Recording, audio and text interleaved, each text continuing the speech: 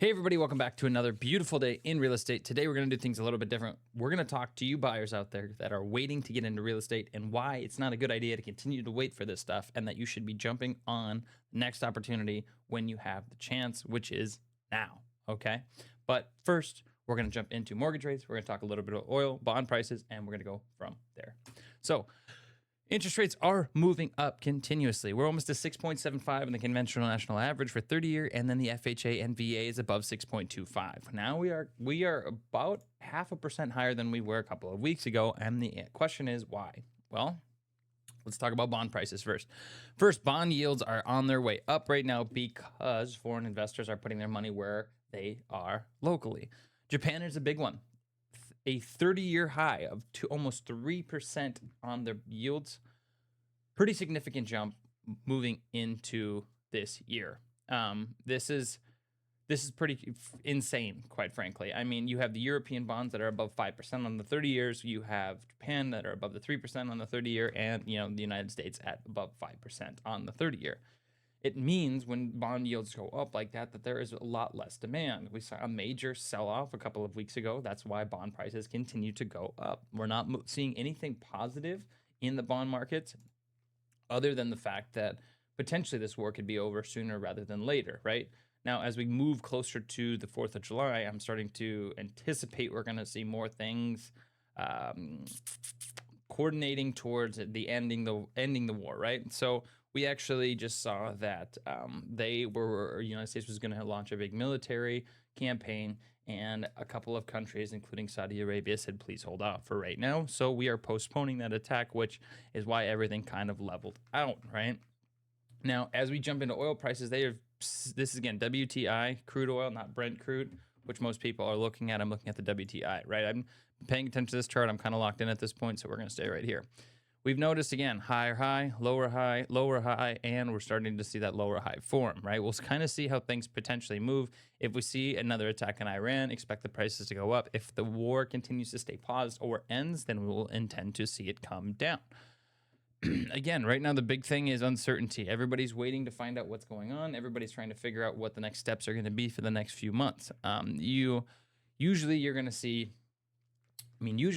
see some sort of guess on what's going to happen. But here's the thing. The presidency is not nearly as open as it once was, right? So they're not telling you everything that's going on. They're telling you after it's done, which always never made sense to me. I don't get why presidents came out and said, this is what we're going to do to affect other countries, when clearly it's not that hard to figure out, rather than do it and then announce it, right? That makes more sense to me. If you're going to do something that's potentially going to hurt another country for a sense of winning a war or whatever the case is, wouldn't it make more sense to use the element of surprise, right?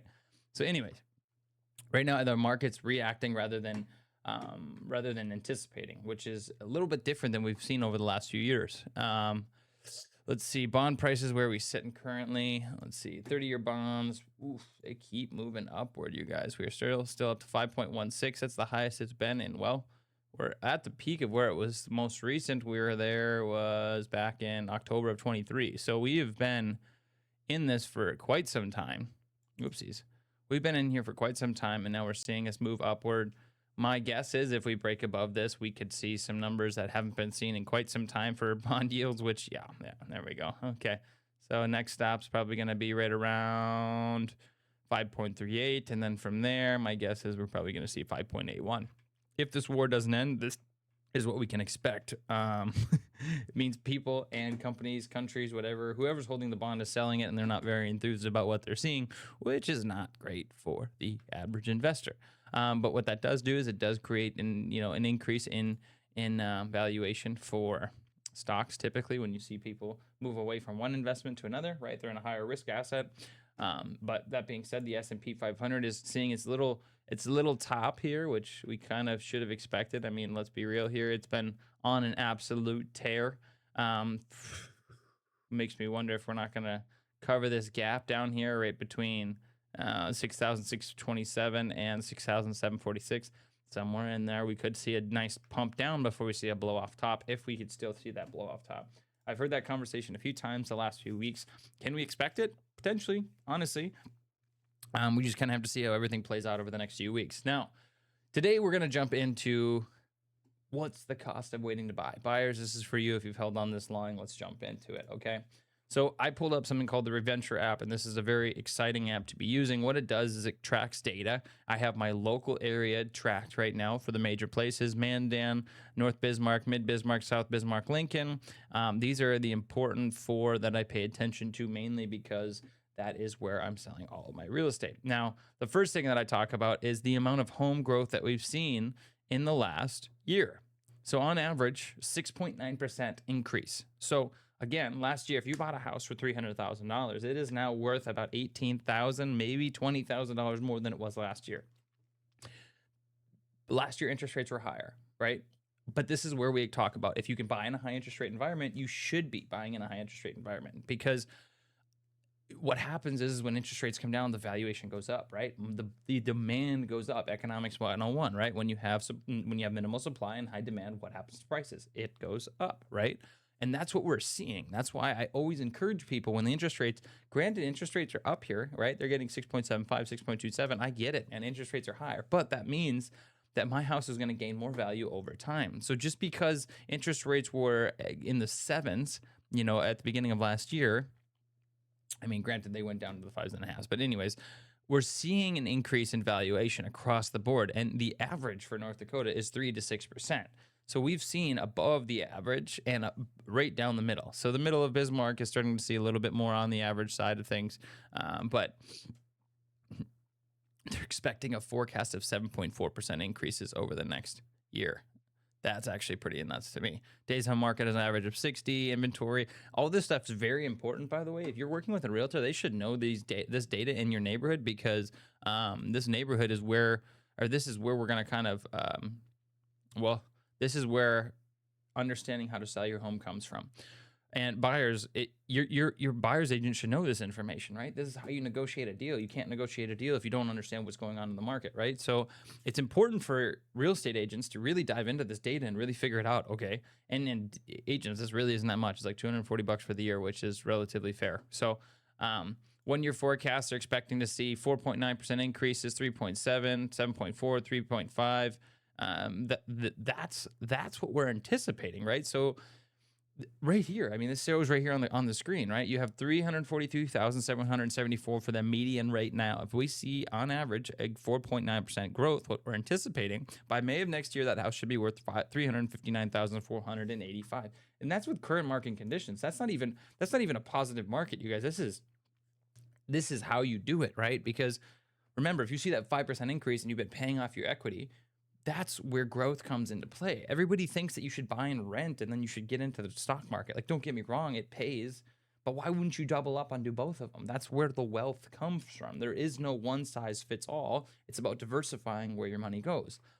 Now, I understand that it might be $400 less a month to go and stay in an apartment, which, to be honest with you, it's not even that cheap anymore. I mean, right now, our rentals are $2,500 a month. My mortgage is $1,700. To buy this same house is $2,200, $2,300 a month right now, based off of current market conditions, valuations, etc. So for me, that doesn't make any sense to spend all this money and put it into, you're throwing it down the drain. Yeah, you might be able to save $400 and put it in the stock market, but what's the difference, really? I mean, the stock market's overvalued anyways. What happens when the stock market crashes? Which it will. Just like every other market, they go up, they go down, and it's on the way up. So when it hits the top and it comes back down, how are you going to be covering yourself? Because you didn't diversify into something.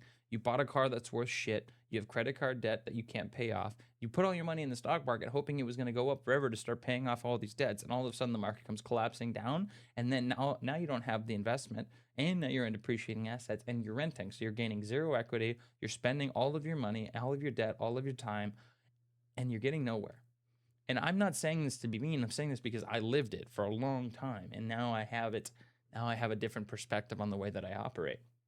So the 5-year growth anticipation, 33%. So in the next 5 years, based off of current data, we could see anywhere from 28 to 34%, 33% of growth in the next 5 years. Again, that's 34%, 33% from where you are today. Plus you're paying down your mortgage over 5 years, right? So you're paying down your mortgage for 5 years, or you're paying down your balance, and you're seeing that equity growth over the next 5 years. That's where growth comes. That is why people need to be paying attention, right? So let's talk about affordability, right? So we said home value. We went over that already. The average is 342,000, 353, 452, 301. These are the average of what homes are selling for right now. Okay. What is the and I'm going to speak about North Dakota for just a second here. What's the right now? Where are we talking? Where are we talking? Market trends. I'm not looking for that demographic. I think is what I'm looking for. Okay. Yep. Here we go. Here we go. Here we go. Medium age, population growth, medium household income. Right now, North Dakota is awesome because the median right now is 84,000, 89,000, 72,000, and 107.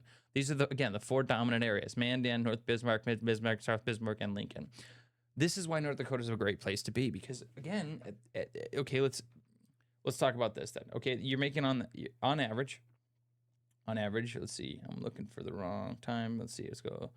Market trends, price cut, percent, inventory. Dude, there's so much data to pull on here. It's absolutely insane. Let's see the median list price ratio. Let's not worry about that right now. Housing affordability, value to income. So value to income, 4.1. That's not what I was looking for. What was I looking for? Condo value, mortgage payment. Okay, mortgage payment as a percent of interest. Right now, 35% is the average you should be doing, and this is never think of his gall dang nang. He's a big name here in real estate. But anyways, I'll think of him in just a second. But the average you should be paying is 35%. So North Dakota is still substantially level, right? 36%, 37, 34, 36, 37, I guess, right around that range, right? You should be paying about 35% of your annual income towards your mortgage in a healthy environment. And we're at 36, 37, 38. So we're in a good place versus, average wage versus average mortgage payment.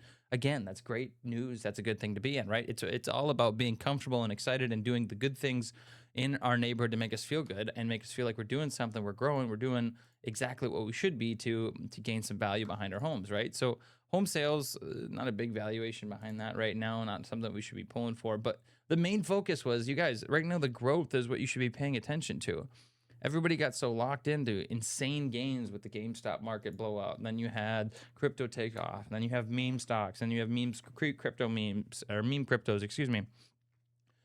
All of those things take off. They see a 100% increase. But all of it's gambling. I mean, you're putting money into something hoping the price goes up with no definite base behind why it's going up.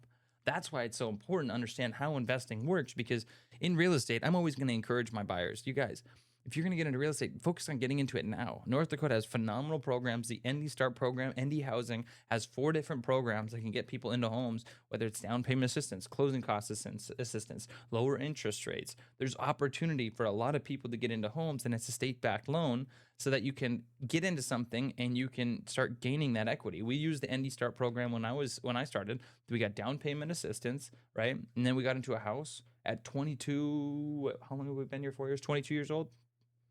No, we've been here 6 years. 22 years old. 22 years old, we got our first house. The average person right now is 40 years old buying their first house. North Dakota creates great opportunity for people to move here and gain growth and start gaining value. It's a safe place to be. The population isn't insane. I mean, let's talk about population for just a second here.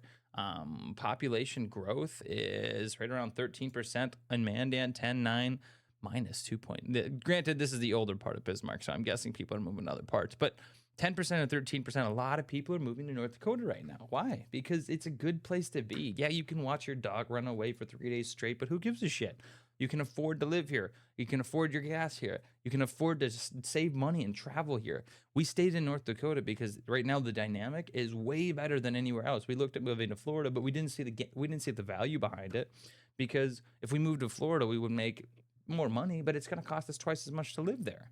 I mean, I'm speculating. I know that things are maybe different now, but we wanted to move right at the peak of the real estate market down there. And now the market's on its way down, which is bad for a lot of people, good for us. So my point is if you're waiting to get into real estate, the data shows right here in front of us that costs you money, costs you time. Next year, right? If we're talking year growth, let's talk about year over year, right? So days on market, where am I looking for here? I'm going to pull this up here. Home value growth, again, if you would have bought last year, 6.9% on average, 4.9, 6.6, 4.9. You're talking about 4% growth on your current home, right? Now, everybody's fighting over getting into these homes, and they're like, I'm not paying more. I'm not going to get into a battle, blah, blah, blah. I'd rather just rent. No, dude, renting's costing you money. Where's that money going? It's like turning on the garbage disposal and dumping cash down there. It does nothing. And this is coming from a guy who manages a bunch of rentals. It's a waste of money. Get into something. I don't even manage it myself. I'm a part of the company that manages it. I want nothing to do with rentals personally. I like buying. I like building new construction and then doing that side of things. But get into real estate. I'm going to be adamant about it. Wealth is built in real estate. Whether you start building wealth in your current home, people who bought homes 20 years ago, I'm noticing the big trend now. People who bought their homes 25, 30 years ago are now looking to downsize. They're taking the valuation from their home that they paid off to pay cash or 80% cash for their new home. Yes, things are getting more expensive, but buying a house means that you can now build from there. We bought our house in 2020. We're going to take $75,000 in equity into our next house. And then we're going to build another one, stay there for a few years, gain some more equity, build another one. That's how you start building wealth, right? You can move every 6 years, 4 years, like we're going to be doing because we're going to be building or because we want to take the equity and move on. You can upgrade homes. You can, like, everybody thinks just because you have a mortgage, you're locked in. Like, that's not the case. My point of this whole video is buyers, get off the sideline, get to start understanding how real estate works. Stop trying to funnel money into paper assets such as stocks and start focusing on physical assets that can generate you income, that can bring value to you. If you're young, buy a duplex, live in one 800 square foot unit above or below or whatever, and rent the other one out and have 75% of your mortgage paid for. If you can get into, you can use FHA loans, you can get into a fourplex. You can literally live for free if you want. Like, we're so locked into this bad mentality of buying shit that we don't need or spending money to spend money when we could be using small things and small sacrifices to gain. If you want to get started in building wealth, get rid of your car that costs you fucking $800 a month. Go down to a beater. Buy a freaking rental unit you can live in and rent out the other side. There's top over-unders duplexes here selling for $200,000 to $300,000 to $400,000. You can get into them and rent them out for $1,000 a month, $1,500 a month, and then you can pay $700 a month for your mortgage. Like, everyone thinks that they are helpless. I'm here to tell you, you're not. You have an opportunity to get into real estate and start gaining wealth. So right now, the best thing you can do is comment below and say thanks for the video. Let me know if there's anything you want me to dive in specifically. There's so much data to pull just from this website that if you guys want me to, I'll get more and more in depth. But the whole point of this video is for you buyers. You guys, get into the market. Now's the time. Thanks for watching, and we'll see you soon.